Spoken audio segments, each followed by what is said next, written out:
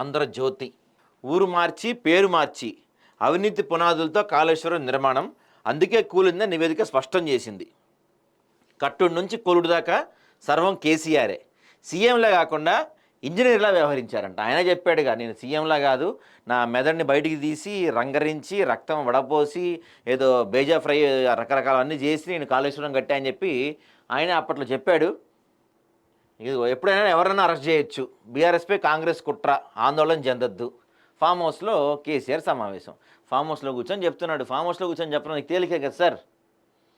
ఇంకా కవితక్క పాపం ఎందుకు కంకులు ఏదో పట్టుకుంది అక్క. ఇది రాజకీయం కాదు, బీసీల ఆత్మగౌరవ పోరాటం అంట. కామారెడ్డి డిక్లరేషన్ అమలు చేయాలి. అదేందక్క, మొన్న నువ్వేగా ఈ ఆర్డినెన్స్ పెట్టగానే ఇంకేముంది, బీసీలు 40% రిజర్వేషన్ వచ్చేసిందని చెప్పి కేకులు కోసుకున్నారు, రంగులు జల్లుకున్నారు, ఓ కథ అంతా నడిచిందిగా మీ ఇంటి దగ్గర ఆ రోజు.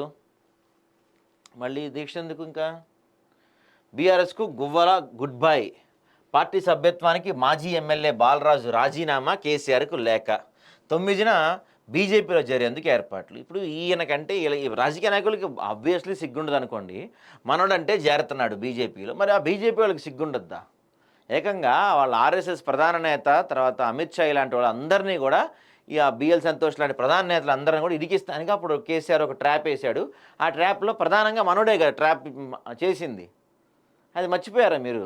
బీజేపీ వాళ్ళు ఈ మనోనట్టు చేర్చుకుంటున్నారు మీరు పోయి. ఏందో మరి. ఇక తగుల దారిలో తమ్ముడు, రేవంత్కి అండగా అన్న. బాగుంది కథ. తమ్ముడేమో అట్లా అంటాడు, అన్నేమో ఇట్లా అంటాడు. తమ్ముడిదేమో మంత్రి పదవి రాలేదని బాధ, అన్నదేమో రేవంత్ రెడ్డికి భజన చేయకపోతే నా మంత్రి పదవి ఏడ పీకేస్తారో అని భయం. ఇద్దరిది పాపం ఒకళ్ళ కష్టం అట్లా అయిపోయింది. కుండపోత వర్షం, హైదరాబాద్ ఆగమాగం, అమీర్పేట ప్రధాన రహదారిపై పోటెత్తిన వరద. చూడండి ఎంత భయం. పాపం స్కూల్ పిల్లలు అనుకుంటా, చూడండి ఎంత ఇబ్బందిగా నుంచున్నారో అక్కడ. అయ్యో, అంటే తడిసిపోతారు కదా దాంట్లో రావాలంటే, ఇటు రోడ్ దాటుతున్నట్టున్నారు.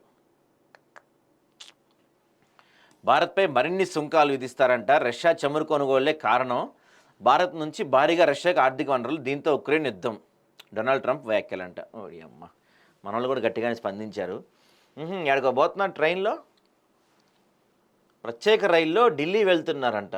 ఎందుకు? ఓకే, బీసీ బిల్లు పార్లమెంట్లో ప్రవేశపెట్టే వరకు పోరాడదాం, బీసీ బిల్లును ధర్నా విజయవంతం చేయాలి, మీనాక్షి పిలుపు. ఇప్పుడు ఏమన్నా అసలు ఏమన్నా ఒరిగిద్దా అండి దీనివల్ల? మీరు ఇప్పటికే చేసింది లేటరా బాబు. 3 నెలల తర్వాత మేల్కొన్నారు. కనీసం ఆ మేల్కొనేది గట్టిగా మేల్కోండి, గట్టిగా ఫైట్ చేయండి అంటే ఇప్పుడు ట్రైన్లో పోయి ఫైట్ చేస్తారంటే